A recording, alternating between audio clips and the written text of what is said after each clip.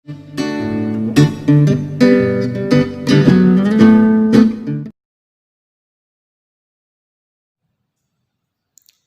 Friends, welcome to everyone.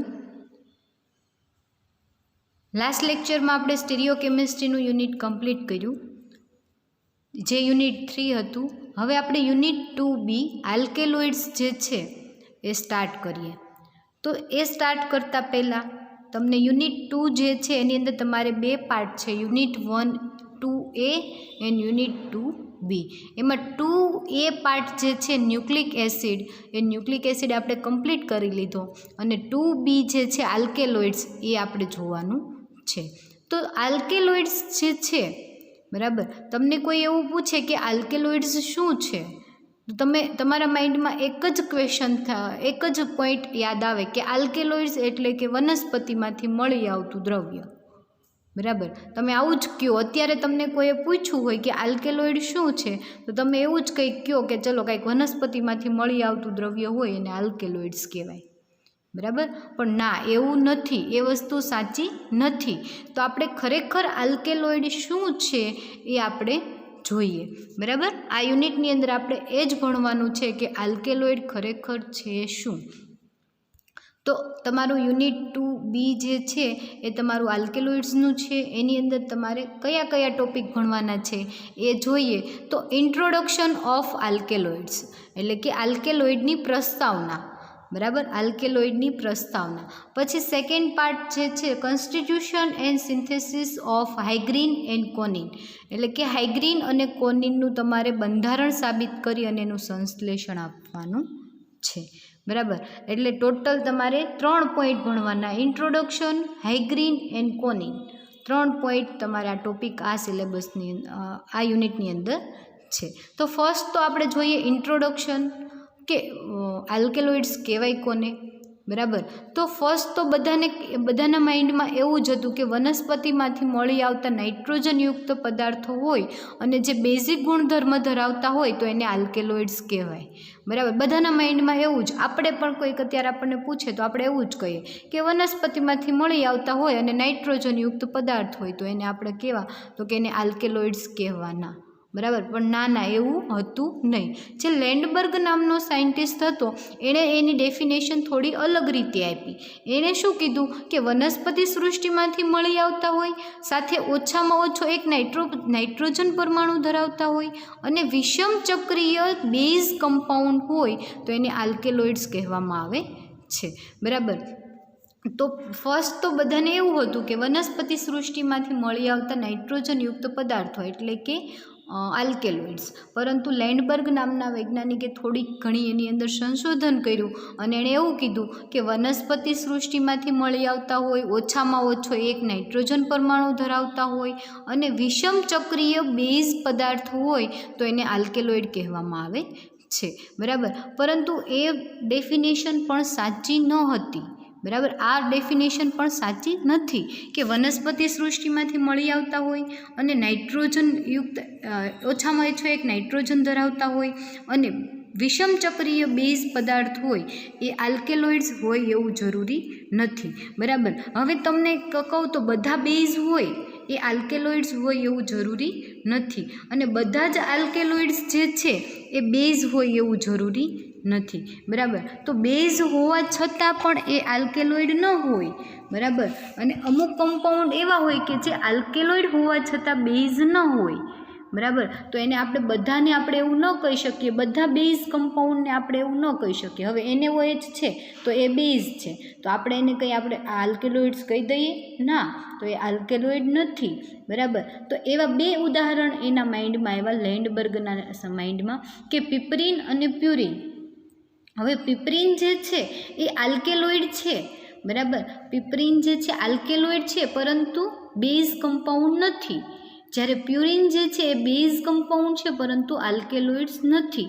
બરાબર, તો બધા જ જે છે એ બધા જ બેઝ કમ્પાઉન્ડ આલ્કેલોઇડ્સ ના હોય અને બધા જ આલ્કેલોઇડ્સ જે છે એ બેઝ હોય એવું જરૂરી ન હતું.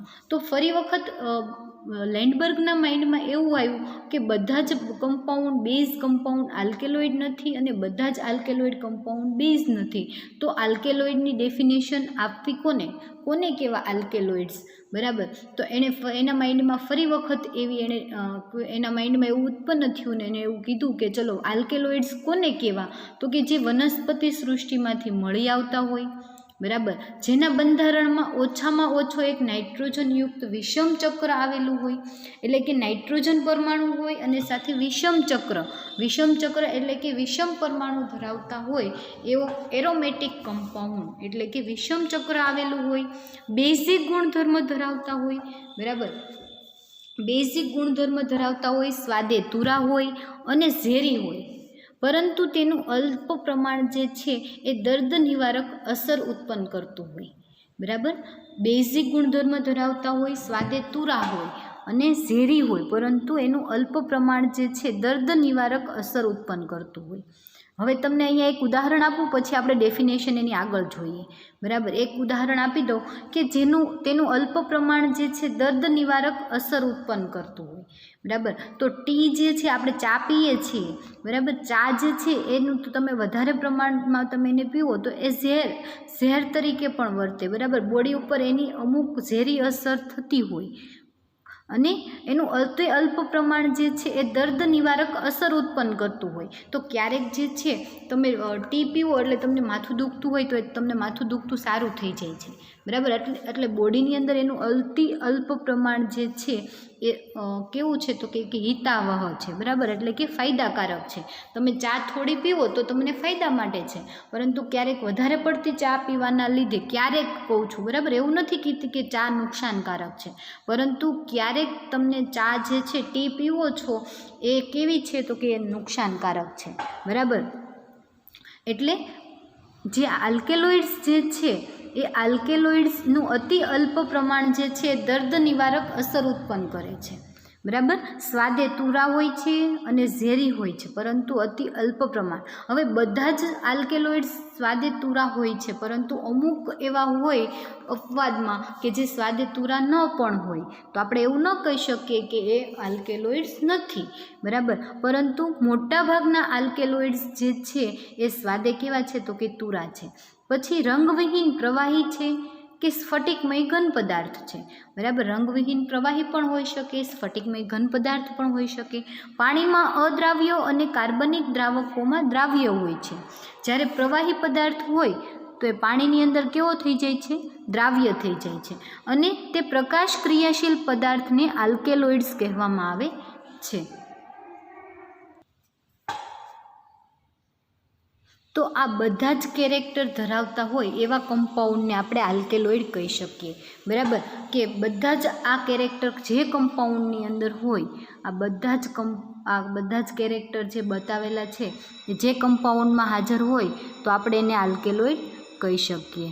તો ફરી વખત ડેફિનેશન સમજાવું કે વનસ્પતિ સૃષ્ટિમાંથી મળી આવતા બધા નાઇટ્રોજનયુક્ત પદાર્થ જે છે અને બેઝિક ગુણધર્મ ધરાવતા હોય એ આલ્કેલોઇડ નથી, પરંતુ વનસ્પતિ સૃષ્ટિમાંથી મળી આવતા હોય અને ઓછામાં ઓછો એક નાઇટ્રોજન પરમાણુ ધરાવતા હોય અને વિષમ ચક્રીય બેઝ પદાર્થ હોય એ પણ આલ્કેલોઇડ નથી. શા માટે તો કે લેન્ડબર્ગે જોયું, એણે ઓબ્ઝર્વેશન કર્યું કે બધા જ બેઝ કમ્પાઉન્ડ જે છે એ આલ્કેલોઇડ નથી અને બધા જ આલ્કેલોઇડ કમ્પાઉન્ડ જે છે એ બેઝ નથી.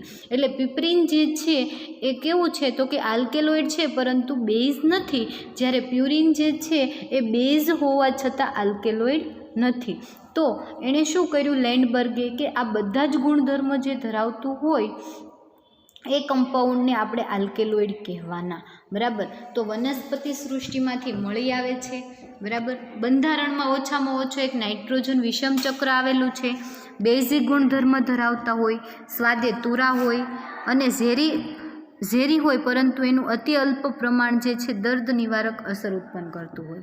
રંગવિહીન હોય, પ્રવાહી હોય તો રંગવિહીન, સફેદ સ્ફટિકમય ઘન પદાર્થ હોય, પાણીમાં અદ્રાવ્ય અને કાર્બનિક દ્રાવકોમાં દ્રાવ્ય હોય અને કેવા હોય તો કે પ્રવાહી પદાર્થ જે છે પાણીમાં દ્રાવ્ય હોય અને પ્રકાશ ક્રિયાશીલ પદાર્થ.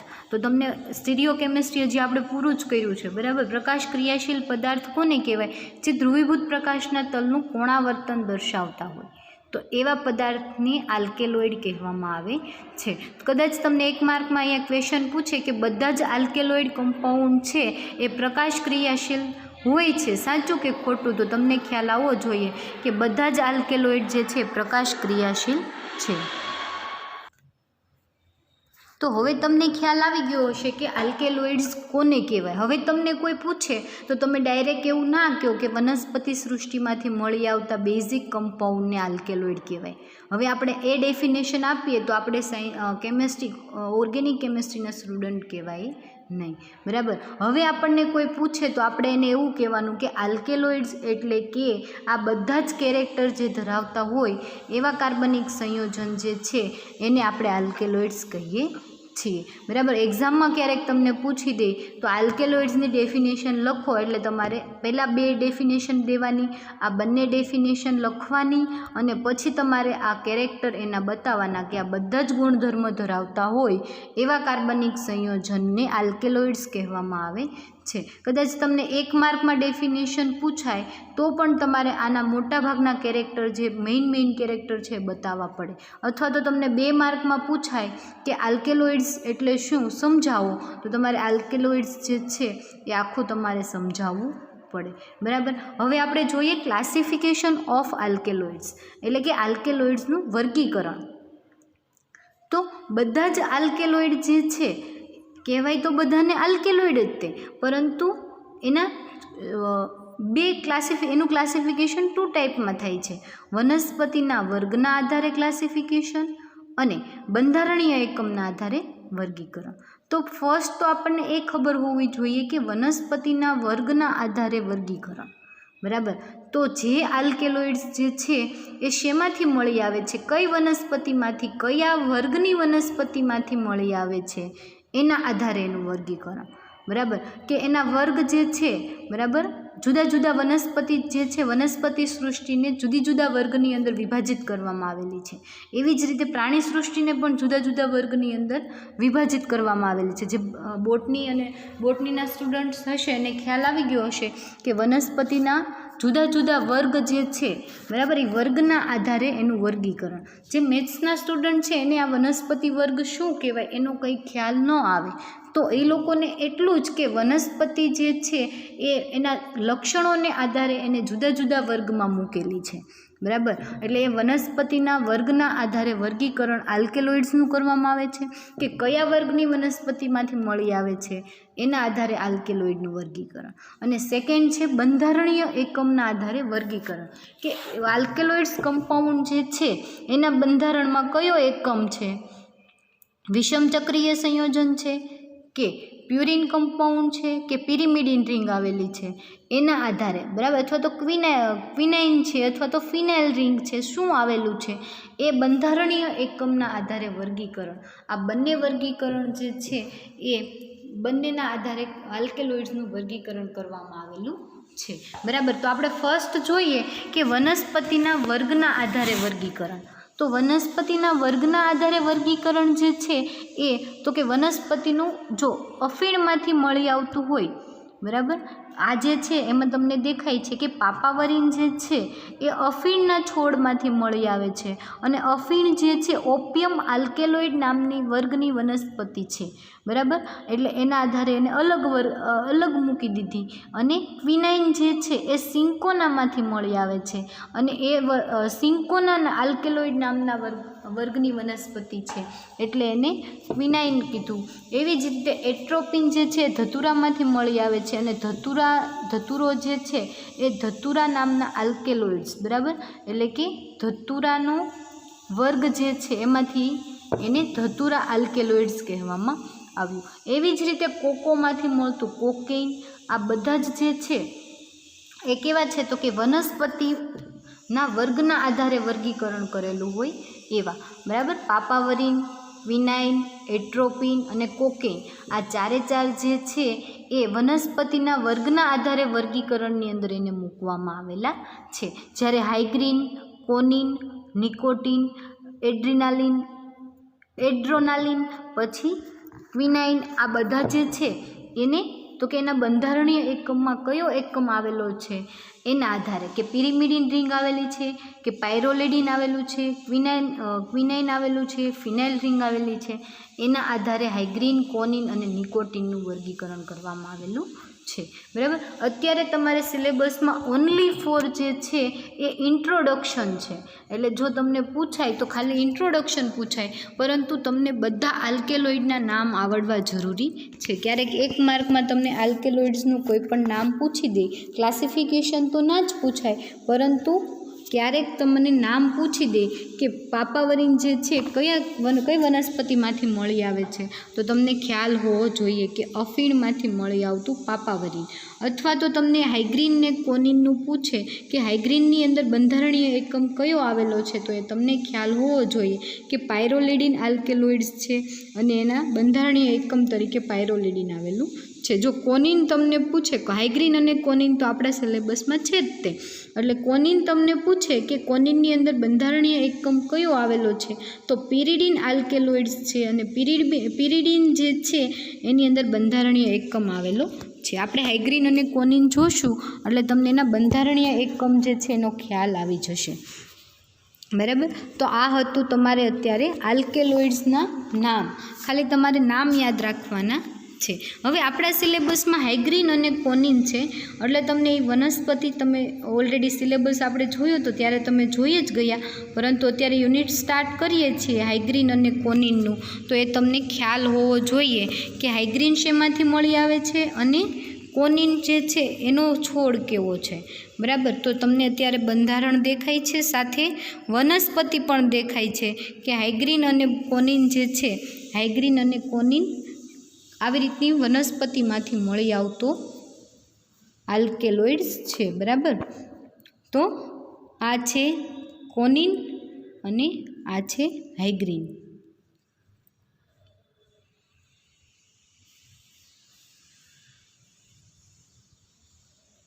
તો હવે આપણે પહેલાં હાઇગ્રીન જોઈએ અને પછી જોઈએ કોનિન. બરાબર.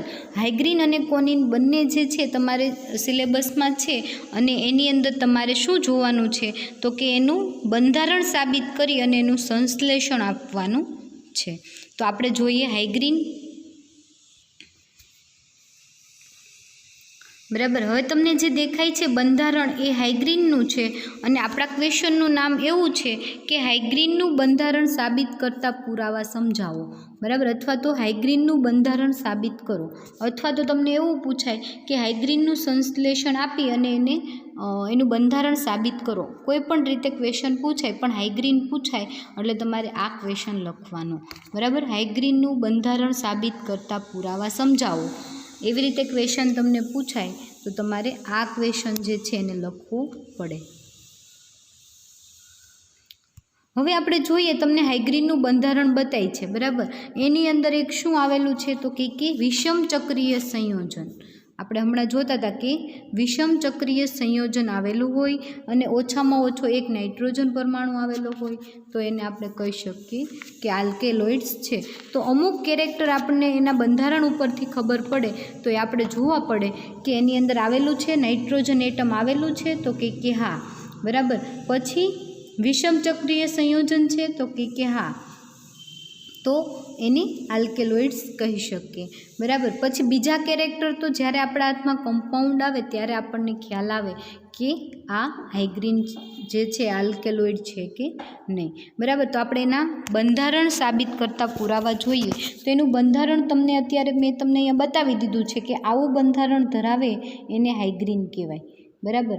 તો આપણે જોઈએ એનું મોલેક્યુલર ફોર્મ્યુલા, અણુસૂત્ર જોઈએ તો એની અંદર કેટલા, તો કે 8 કાર્બન, હાઇડ્રોજન 15, 1 નાઇટ્રોજન અને 1 ઓક્સિજન આવેલો છે. તો આ બંધારણ જે છે એ હાઇગ્રીનનું છે અને એને તમારે યાદ રાખવાનું છે. બરાબર. ગમે એમ કરીને તમારે 10 વાર લખવું હોય, 15 વાર લખવું હોય કે 20 વાર લખવું હોય, આ એક જે છે બંધારણ એ તમારે લખી લેવાનું છે અને તમને યાદ હોવું જોઈએ.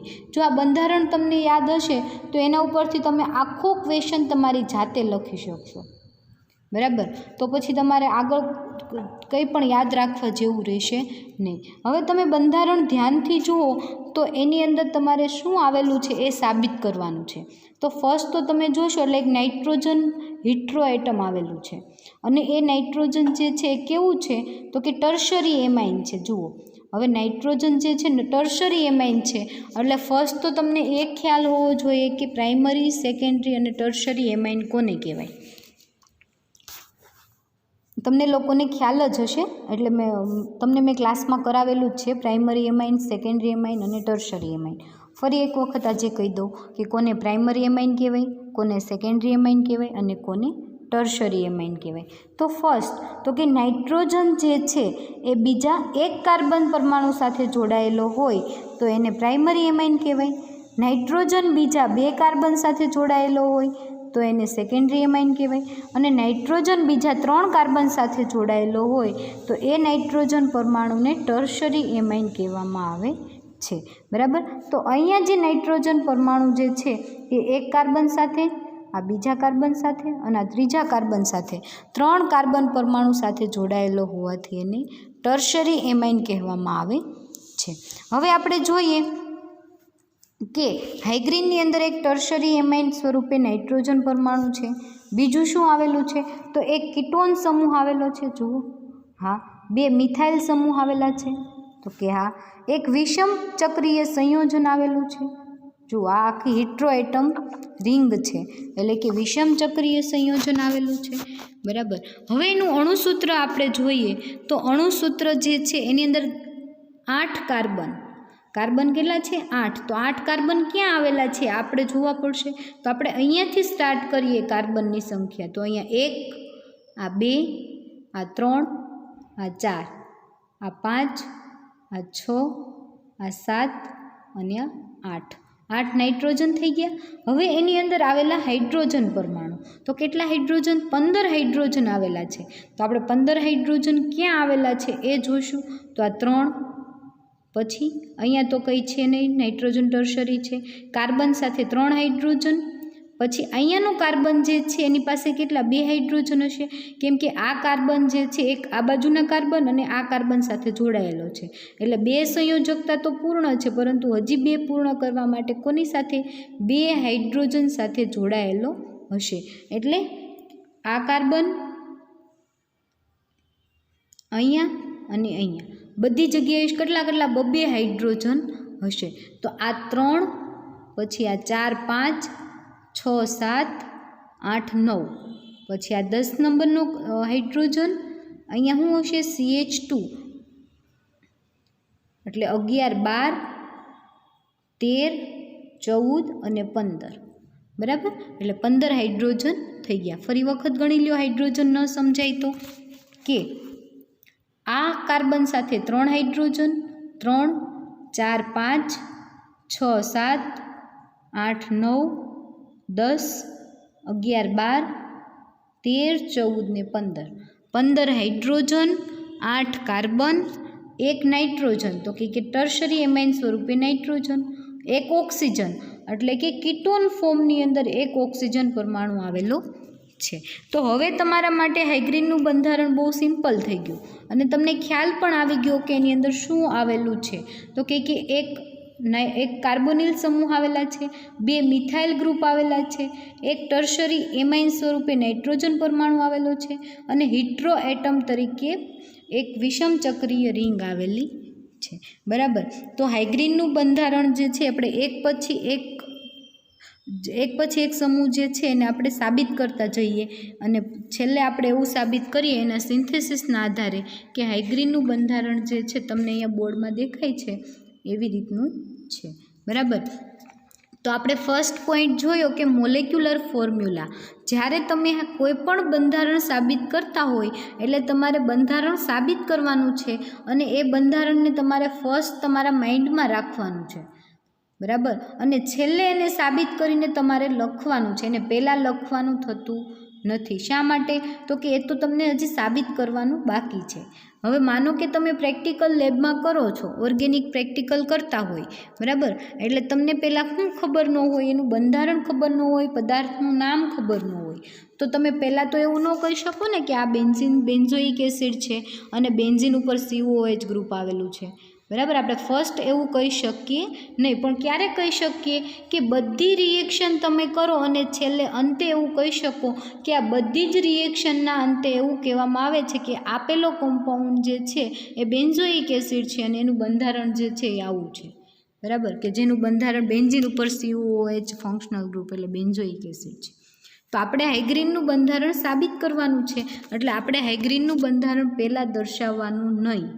જ્યારે તમે ક્વેશ્ચન લખો એક્ઝામમાં ત્યારે તમારે એને પહેલાં બતાવવાનો નથી, ક્યારેય બતાવવાનો નહીં. એવું નથી કે હાઇગ્રીનના ક્વેશ્ચનમાં જ તે કોઈ પણ કમ્પાઉન્ડ તમને સાબિત કરવાનું કે એટલે તમારું બંધારણ જે છે એ તમારે એને પહેલાં લખવાનું નથી ક્યાંય પણ. બરાબર.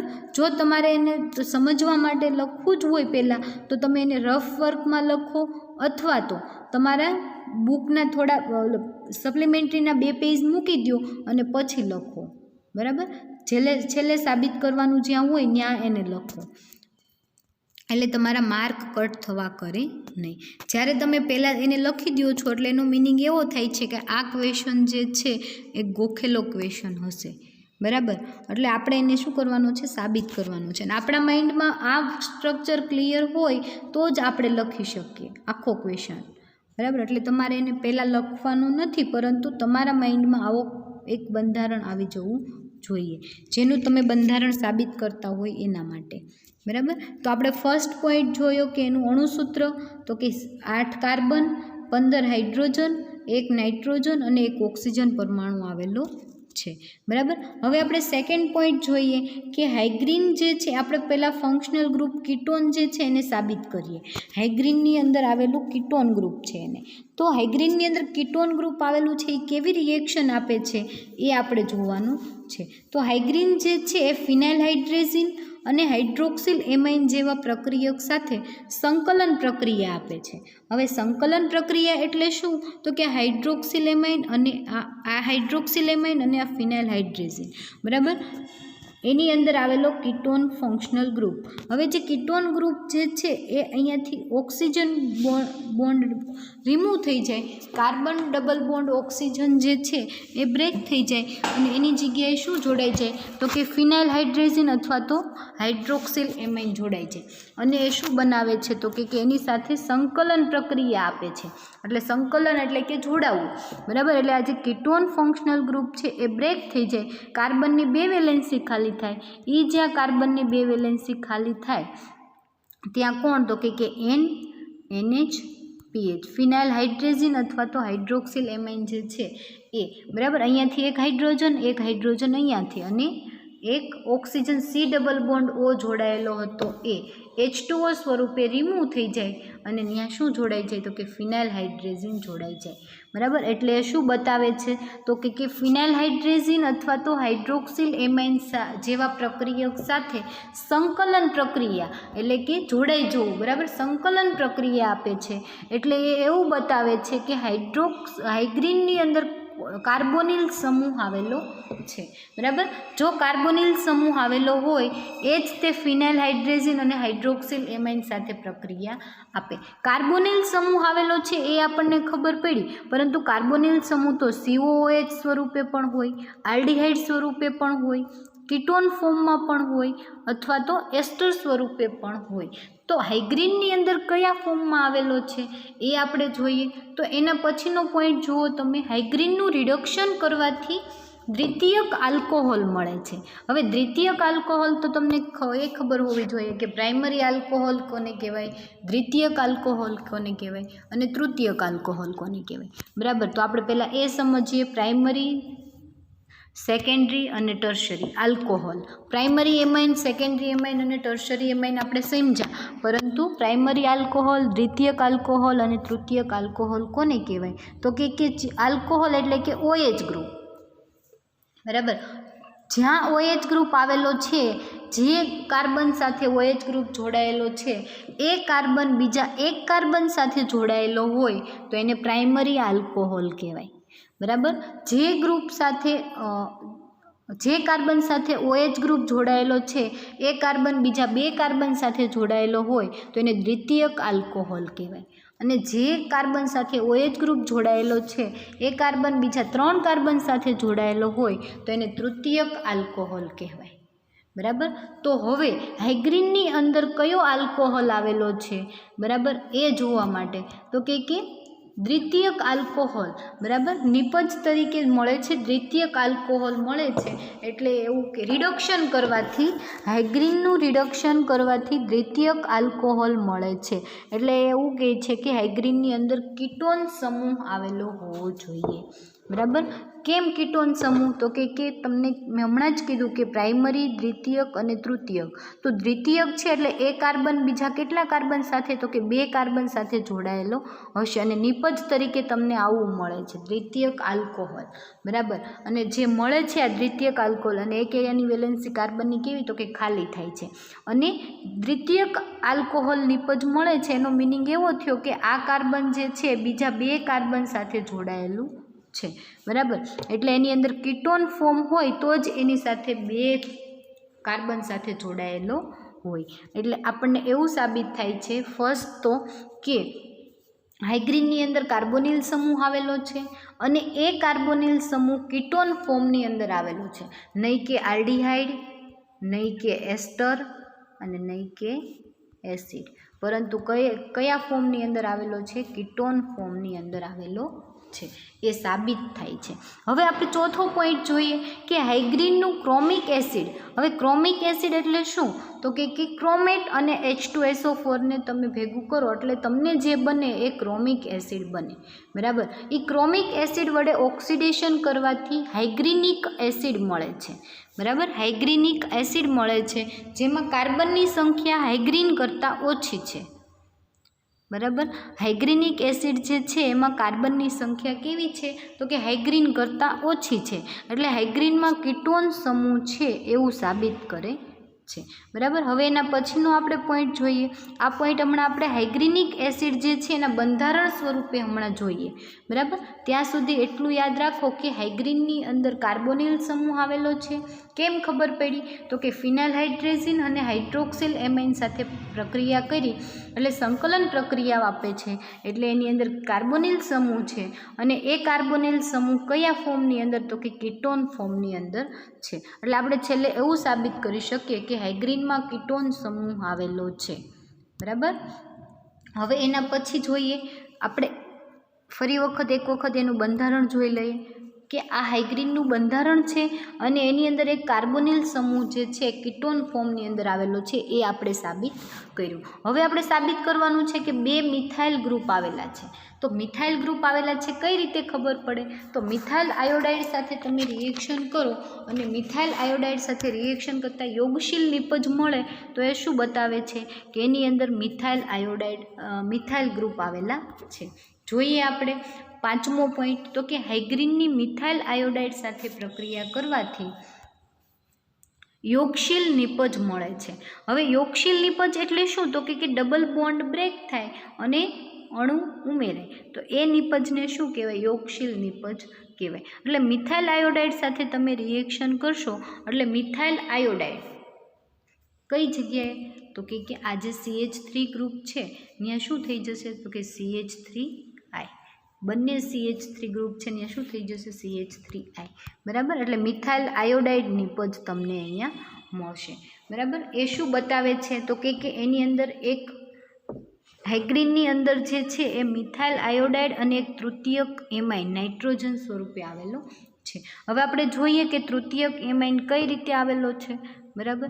તો ઝાયસેલ અને હોર્ગસમેયરની પદ્ધતિ પ્રમાણે આ 2 મેથડનું નામ છે. બરાબર. આ બંને તો કે HI સાથે જ્યારે તમે એને ગરમ કરો 300 ડિગ્રી સેલ્સિયસ તાપમાને તો ઝાયસેલ પદ્ધતિ અને સિલ્વર નાઇટ્રાઇટ સાથે આલ્કોહોલની હાજરીમાં તમે એને ગરમ કરો તો હોર્ગસમેયર પદ્ધતિ એને કહેવામાં આવે છે. તો હાઇગ્રીનને જ્યારે તમે HI સાથે 300 ડિગ્રી સેલ્સિયસ તાપમાને ગરમ કરશો તો તમારો જે ટર્શરી એમાઇન નાઇટ્રોજન જે છે એની સાથે જોડાયેલો મિથાઇલ ગ્રુપ એ મિથાઇલ આયોડાઇડ ફોર્મમાં તમને મળશે.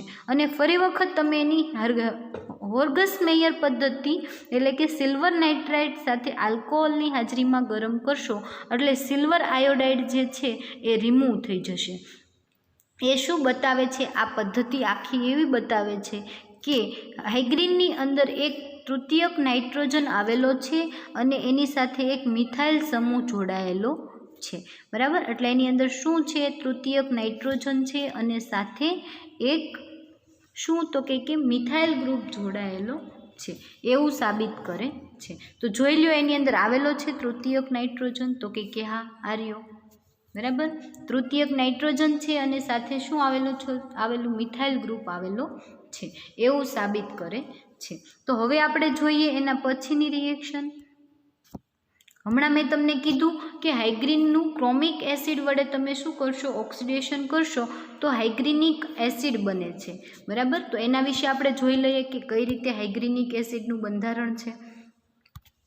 એના પછીનો 7th નંબરનો પોઈન્ટ, તો હાઇગ્રીનના ઓક્સિડેશન કરતાં હાઇગ્રીનિક એસિડને ઊંચા દબાણે ગરમ કરતાં શુષ્ક નિસ્યંદન થાય છે અને એન મિથાઇલ પાયરોલિડિન મળે છે. હવે આ જે છે એ હાઇગ્રીનનું અણુસૂત્ર છે, એટલે હાઇગ્રીન લઈ લીધું, એને ક્રોમિક એસિડ વડે ઓક્સિડેશન કરીએ એટલે હાઇગ્રીનિક એસિડ મળે અને એને ઊંચા દબાણે તમે ફરી વખત ગરમ કરો એટલે એક CO2નો અણુ રિમૂવ થાય અને એની જગ્યાએ તમને એન મિથાઇલ પાયરોલિડિન મળે. બરાબર, એ શું બતાવે છે? તો કે એન મિથાઇલ પાયરોલિડિન જે છે એ કાર્બોક્સિલિક એસિડ છે એવું બતાવે છે. બરાબર, હવે આપણે જોઈએ કે હાઇગ્રીનિક એસિડ જે છે તમને મળ્યું હાઇગ્રીનિક એસિડ, તો એનું બંધારણ કેવું છે અને એના બંધારણની અંદર તમે એક CO2નો અણુ દાખલ કરી દો અને જે સંયોજન બને તો એ શું હશે? તો કે હાઇગ્રીન હશે. બરાબર, તો શું કહે છે? તો કે ડીકાર્બોક્સિલેશન પ્રક્રિયા ઝડપથી થાય છે અને આ પ્રકારની પ્રક્રિયા કાર્બોક્સિલિક સમૂહ બીજા સ્થાને, બરાબર, બીજા સમૂહના સ્થાને થતી હોય તો જ બને છે. તેથી હાઇગ્રીનિક એસિડ જે છે આલ્ફા કાર્બોક્સિલિક એસિડ હોવો જોઈએ અને એનું બંધારણ કેવું છે? તો કે નીચે પ્રમાણે છે. એટલે આ બંધારણ તમને જે આપે છે શેનું? તો કે હાઇગ્રીનિક એસિડ, ક્રોમિક એસિડ વડે ઓક્સિડેશન કરવાથી મળતો હાઇગ્રીનિક એસિડ જે છે, બરાબર, એ હાઇગ્રીનિક એસિડનું બંધારણ તમને બતાવે છે કે હાઇગ્રીનિક એસિડ આવો છે અને હાઇગ્રીનિક એસિડની અંદર શું ખૂટે છે? તો કે ખાલી ફક્ત અને ફક્ત કેટલા? તો કે 4 હાઇડ્રોજન અને 1 ઓક્સિજન અને 1 નાઇટ્રોજન. તો એની અંદર કઈ રિએક્શન થતી હશે અને એ હાઇગ્રીનનું બંધારણ બતાવે. બરાબર, તો એના પછીનો પોઈન્ટ આપણે જોઈએ તો 1,3-ડાય હાઇગ્રીનિક એસિડનું સિન્થેસિસ. હવે આપણને એટલો તો ખ્યાલ આવી ગયો કે હાઇગ્રીનનું બંધારણ જે છે એ હાઇગ્રીનિક એસિડ ઉપરથી બનેલું છે. તો એ તો આપણે પછી ઉપશૃંખલાની અંદર શું આવેલું છે એ તો આપણે જોઈ લઈશું કે અહીંયા શૃંખલાની અંદર શું આવેલું છે એ તો આપણને ખ્યાલ આવી જાય. પરંતુ હાઇગ્રીનનું બંધારણ સાચું છે કે નહીં એ આપણને કેમ ખબર પડે? તો એના સંશ્લેષણ ઉપરથી. તો આપણે હાઇગ્રીનિક એસિડનું સંશ્લેષણ કરવાનું છે. હવે હાઇગ્રીનિક એસિડનું સંશ્લેષણ કરવા માટે 1,3-ડાયબ્રોમોપેન્ટેન, પહેલાં તો પેન્ટેન એટલે કે 5 કાર્બન, એના પહેલાં અને ત્રીજા કાર્બન ઉપર ડાયબ્રોમો પ્રોપેન. બરાબર, અહીંયા સેજ મિસ્ટેક છે, તમારી રીતે સમજી લેજો, અહીંયા પ્રોપેન આવશે. બરાબર, 1,3-ડાયબ્રોમોપ્રોપેન એટલે 1 કાર્બન, 2 કાર્બન અને આ 3 કાર્બન, પહેલા અને ત્રીજા કાર્બન ઉપર બ્રોમો એટલે 1,3-ડાયબ્રોમોપ્રોપેન. બરાબર, અહીંયા નામમાં મિસ્ટેક છે એટલે તમારી રીતે સેજ સુધારો કરી લેજો. બરાબર, તમારા મટીરિયલમાં હોય તો પણ એમાં સુધારો કરી લેજો. અત્યારે નોટ ડાઉન કરી લેજો કે અહીંયા જે છે અહીંયા ભૂલ છે, એટલે તમે એક્ઝામમાં ત્યાં પેન્ટેન લખીને આવો નહીં. એટલે 1,3-ડાયબ્રોમોપ્રોપેન અને એની રિએક્શન તમારે સોડિયમ મેલોનેટ સાથે કરવાની છે. સોડિયમ મેલોનેટ, બરાબર, અથવા તો એને મેલોનિક એસ્ટર કહેવાય. મેલોનિક એસ્ટરનો સોડિયમ સોલ્ટ કહેવાય.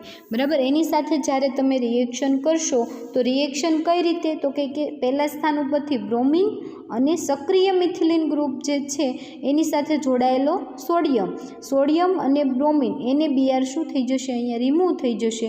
NaBr રિમૂવ થઈ જશે, આ કાર્બનની ને આ કાર્બનની વેલેન્સી ખાલી થઈ એમના વચ્ચે અહીંયા બોન્ડ બની જશે.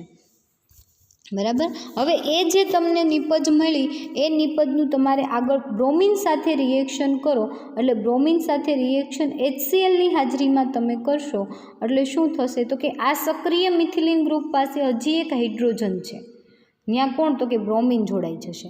બરાબર. અને Br2ની હાજરીમાં રિએક્શન કરો છો એટલે અહીંયાથી હાઇડ્રોજન જે છે એક બ્રોમિન લઈ અને HBr સ્વરૂપે રિમૂવ થઈ જશે અને HClની હાજરીમાં એસિડિક મીડિયમમાં તમારે રિએક્શન કરવાની છે. જ્યારે તમે એસિડિક મીડિયમની અંદર રિએક્શન કરો છો એટલે શું થાય છે તો કે સક્રિય મિથિલિન ગ્રુપ તો ઓલરેડી છે, એની પાસે એક હાઇડ્રોજન પણ છે. બરાબર. એટલે એ હાઇડ્રોજન બ્રોમિન લઈ અને HBr સ્વરૂપે રિમૂવ થઈ જશે અને ત્યાં કોણ તો કે બ્રોમિન જોડાઈ જશે. એ જે સંયોજન તમને મળે એનું તમારે મિથાઇલ એમાઇન સાથે રિએક્શન કરવાની છે. મિથાઇલ એમાઇન સાથે રિએક્શન કરશો એટલે એમાઇન ગ્રુપ જે છે મિથાઇલ એમાઇન તમને જોડાઈ જશે અને સાથે 2 HBr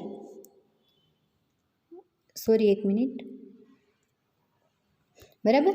મિથાઇલ એમાઇન સાથે તમે રિએક્શન કરશો એટલે તો કે અહીંયાથી બ્રોમિન અને અહીંયાથી બ્રોમિન 2H2 ક્યાંથી લેશે તો કે આ NH2 પાસેથી 2 હાઇડ્રોજન એટલે કે HBr 2HBr.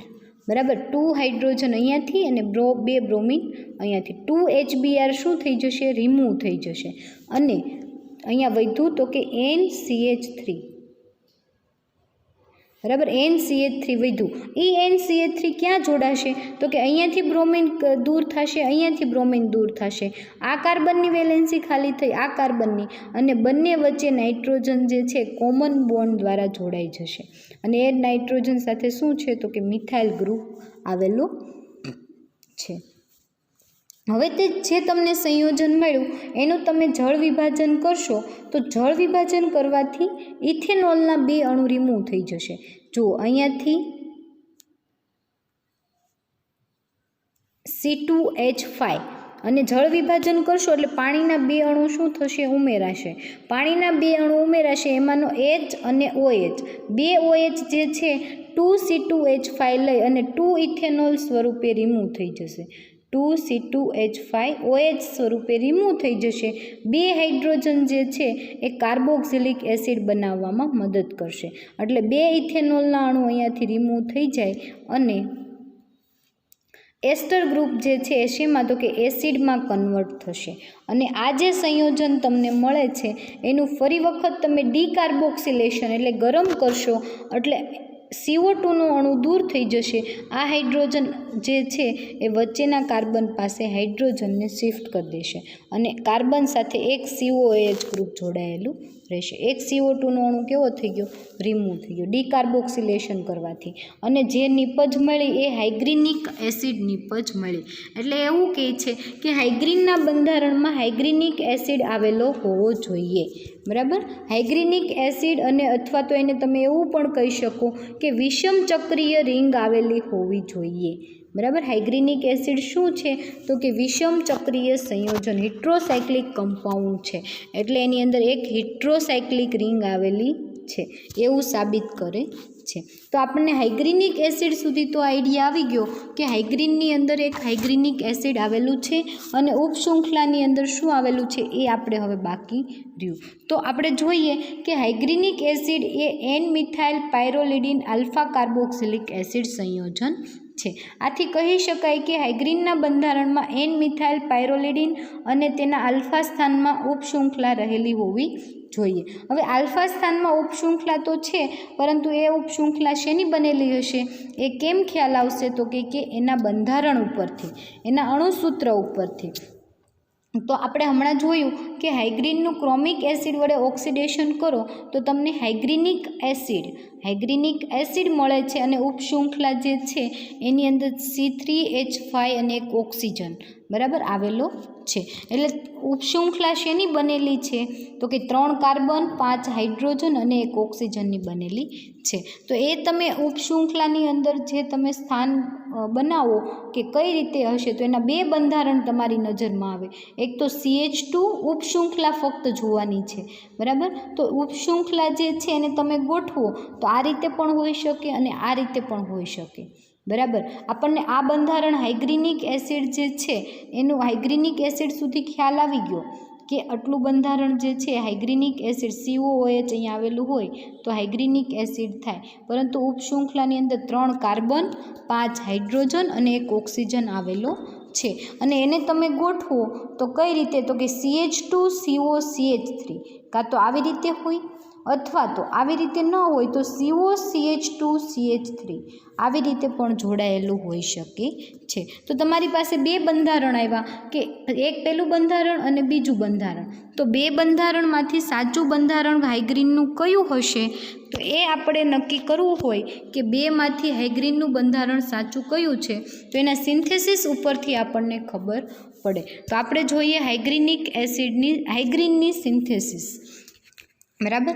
અને હાઇગ્રીનનું સિન્થેસિસ જે છે હેસ નામના સાયન્ટિસ્ટે કરેલું હોવાથી એને હેસનું સંશ્લેષણ પણ કહેવામાં આવે છે અથવા તો એને હાઇગ્રીનનું સંશ્લેષણ પણ કહે છે. ક્યારેક તમને 2 માર્કની અંદર ક્વેશ્ચન પૂછી નાખે કે હેસ સંશ્લેષણ સમજાવો તો તમારે એની અંદર હાઇગ્રીનનું સંશ્લેષણ જે છે એ સમજાવવું પડે. તો હવે આપણે જોઈએ હાઇગ્રીનનું સંશ્લેષણ. હાઇગ્રીનનું સંશ્લેષણ આપણે શા માટે કરવું જરૂરી બન્યું તો કે એની અંદર આપણને 2 બંધારણ હાઇગ્રીનના મળ્યા. તો 2 બંધારણમાંથી સાચું બંધારણ કયું છે એ જાણવા માટે થઈ અને આપણે હાઇગ્રીનનું સંશ્લેષણ કરવું પડે એમ છે. તો આપણે જોઈએ કે હાઇગ્રીનનું સંશ્લેષણ અને હાઇગ્રીનનું સંશ્લેષણ તમે જુઓ એટલે ફાઇનલી તમને બંધારણ ખબર પડે કે હાઇગ્રીનના બંધારણની અંદર ઉપશૃંખલા તરીકે આવી રીતે આવેલું છે અને એક પાયરોલ રિંગ આવેલી છે. બરાબર. એ આપણને ફાઇનલી ખબર પડે. તો